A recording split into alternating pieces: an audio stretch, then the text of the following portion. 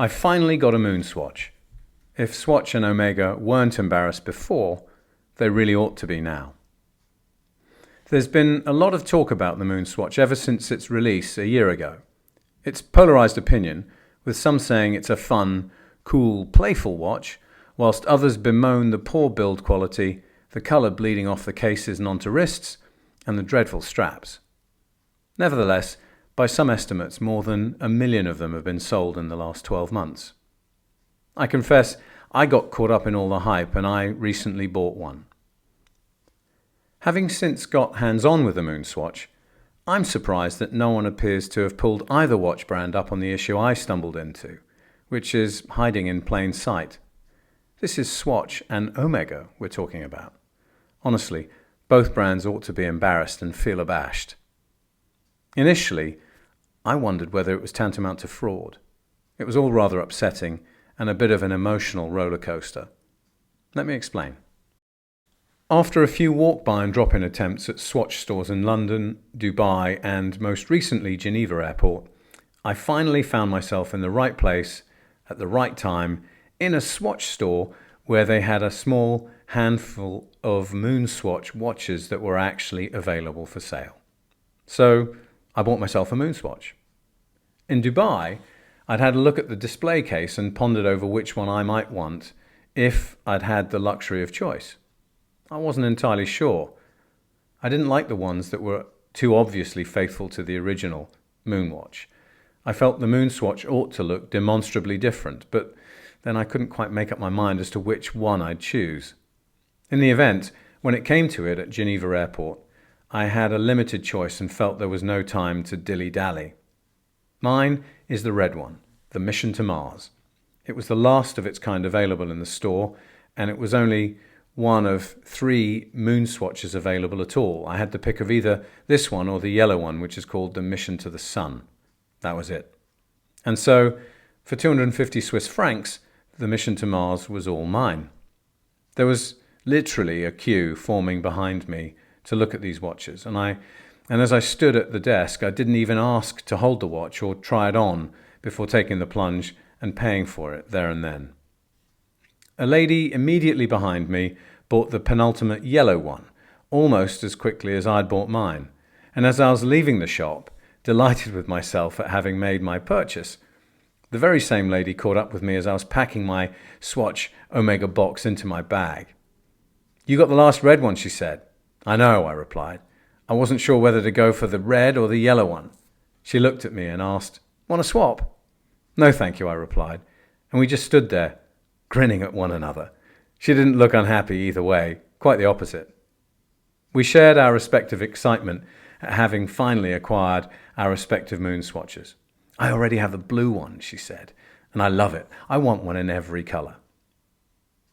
The hype is real, which is remarkable given that these watches were released a year ago, and whilst they're supposedly not limited in production, their availability to purchase remains extremely limited. I feel certain that the last of the 3 MoonSwatches in that Swatch store at Geneva Airport would have been sold before I'd made it to the departure lounge. On the plane back to London, there was a spare seat next to mine, and I couldn't wait to get the box out and have a proper look.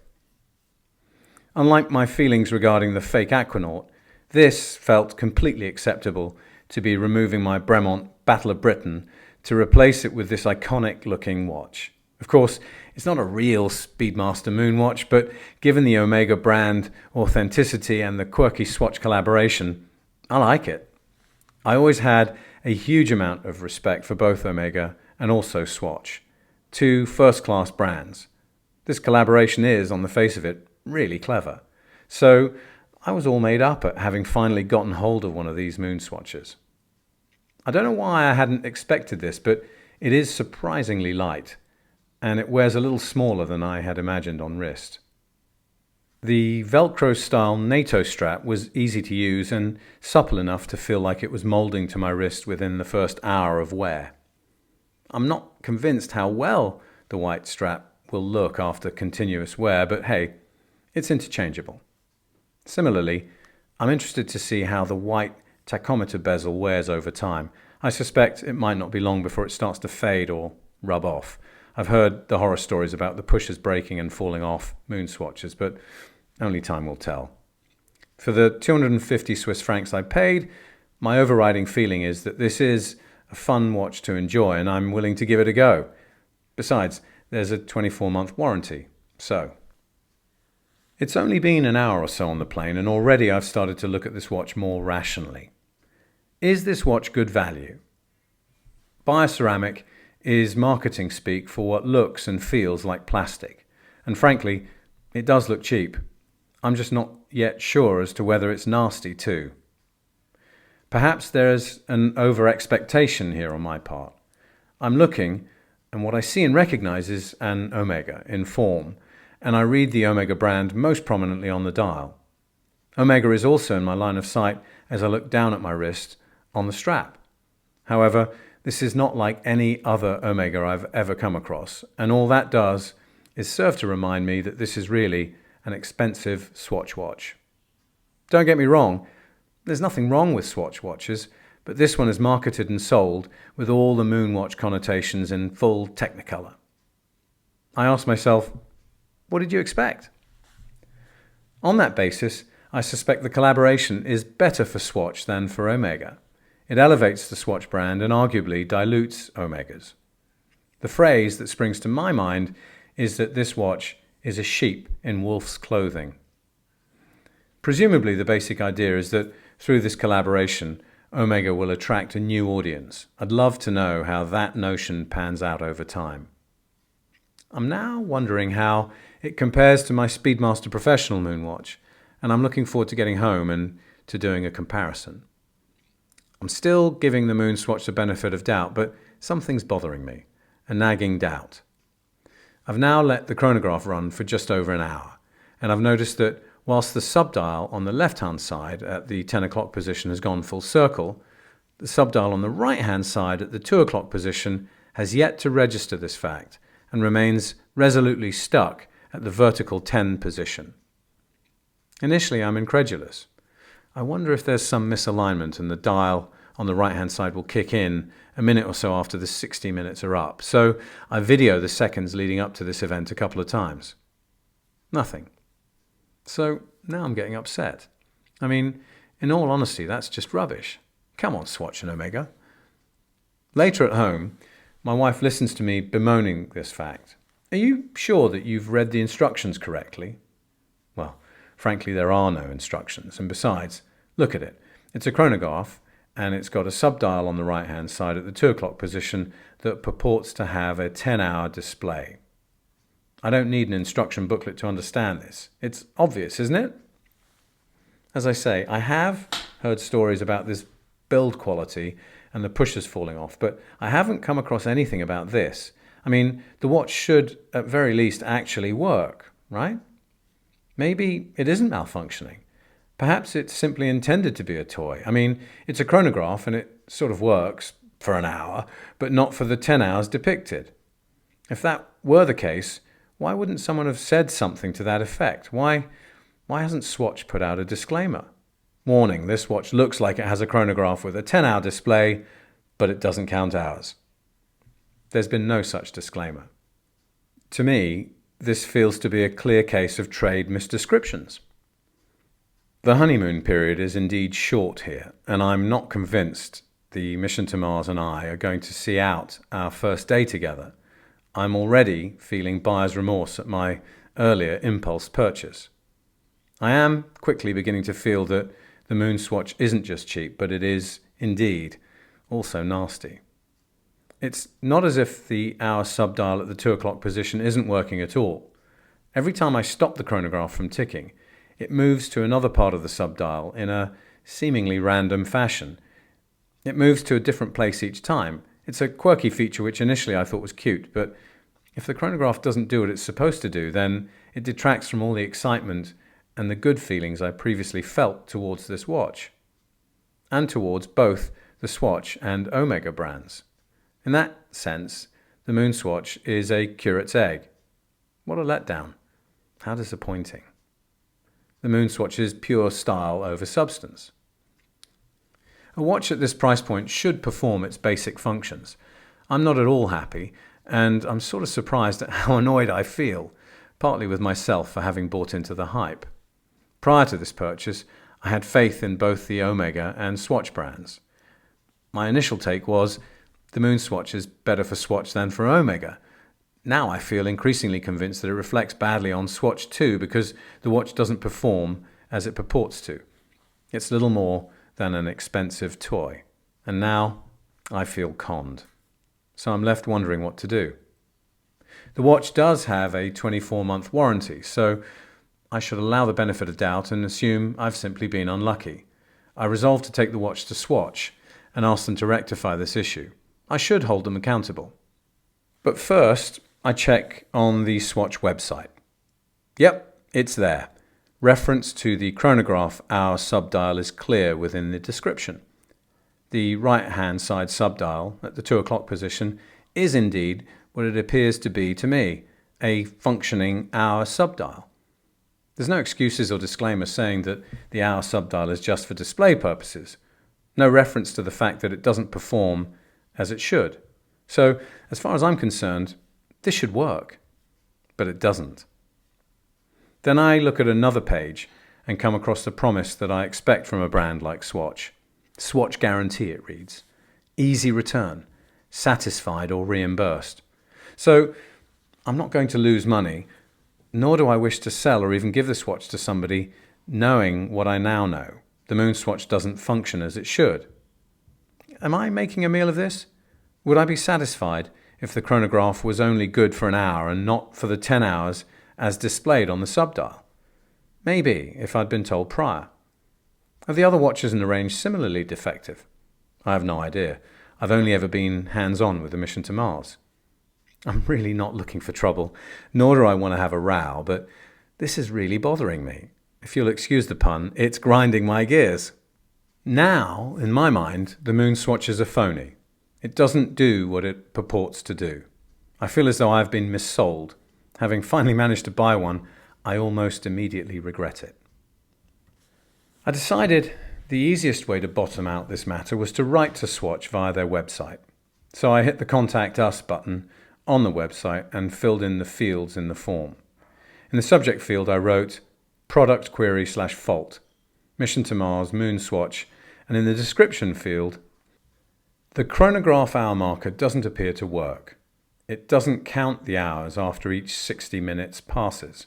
Is this a fault or by design? Please advise and confirm. Thank you. This was on a Sunday evening, a little over 24 hours after having made my purchase at Geneva Airport.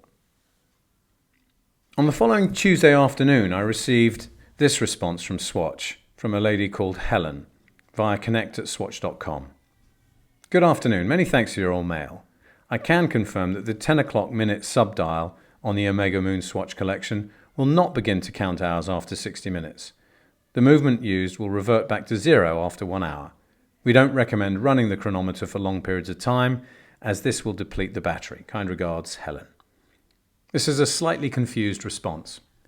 I think I know what Helen is trying to say, but for the sake of clarity, I reply to Swatch. Dear Helen, thank you for your email in which you state that the 10 o'clock minute subdial reverts back to 0 after 60 minutes and that it won't begin to count hours after 60 minutes. That's confusing, not least because the minute subdial cannot count hours. My query was actually about the other subdial, the hour subdial at the 2 o'clock position. Did you intend to write that the chronograph subdial on the Omega MoonSwatch collection at the 2 o'clock position will not begin to count hours after 60 minutes? Please confirm. As explained in my previous message, my mission to Mars MoonSwatch isn't counting hours on the subdial at 2 o'clock. I want to understand if my MoonSwatch is faulty or if it is functioning correctly. Please advise. Thank you very much. So now I'm waiting for a reply from Swatch, and this issue is really beginning to irritate me. I can't seem to let it go. And I start to wonder why no one else has picked up on this issue. How can it be that all these watch reviewers and watch experts have missed this fundamental issue, which I'm beginning to feel is tantamount to fraud? Then, after doing much more searching online, I stumble across this explainer video on YouTube by Justin Galore 123. It's entitled MoonSwatch Chronograph Explained, Swatch Omega Speedmaster. Justin Galore is referring to the Mission to Pluto MoonSwatch, and he explains that the subdial at the 2 o'clock position that I'd mistaken for an hour counter is in fact a tenth of a second dial. And he helpfully goes on to explain how it works and how to use it. Hooray! Well done, that man. So there's nothing actually functionally wrong with my MoonSwatch after all. Well, thank heavens for that. I'm relieved. I now know that the MoonSwatch correctly functions as a chronograph with a tenth of a second subdial. Just goes to show how much I know. But there is most certainly something wrong with the description on the Swatch website in the Mission to Mars section, which wrongly states both the hours and minutes subdials sport unique red hands in a playful spacecraft shape. There's no mention of the tenth of a second subdial, which tells me that the marketing team that put this campaign together didn't know what they were talking about either. And also that nobody at either Swatch or Omega have bothered to read the copy. Again, we're talking about Swatch and Omega. Honestly, both brands ought to be embarrassed and feel abashed. Eventually, the email reply comes back from Swatch and it reads, "I'm sorry, I'm not quite understanding you. The 2 o'clock subdial registers tenths of seconds. It won't move until you stop or pause the chronometer, at which point it moves to display decimals of seconds timed, unless of course you stop the chronometer precisely at a whole second. None of the subdials count hours, so your watch is functioning correctly." So, how does this realization change things for me? Well, I have to confess I do feel slightly better already. At least the watch is indeed a functioning hourly chronograph with what I now know to be a tenth of a second subdial. That helps to rescue this situation for me, to the extent that I even treated myself to this Zulu diver lunar spacebound watch strap for Mars. That said, all things considered, it is still an overpriced Swatch watch, which is only likely to last so long before build quality issues arise. But I do feel as though I can now forgive that because I purchased the MoonSwatch knowing all about the reported build quality issues. I explained to my wife what I've learned. Mrs. Watch Enthusiast London rolls her eyes and tells me that all the while I was sitting on the sofa last night Googling MoonSwatch chronograph, I missed out on a really good episode of Married at First Sight Australia. I've written back to Swatch and pointed out the misdescription. We'll see whether that lands, but now, almost a month later at the time of publishing this video, their website remains unchanged.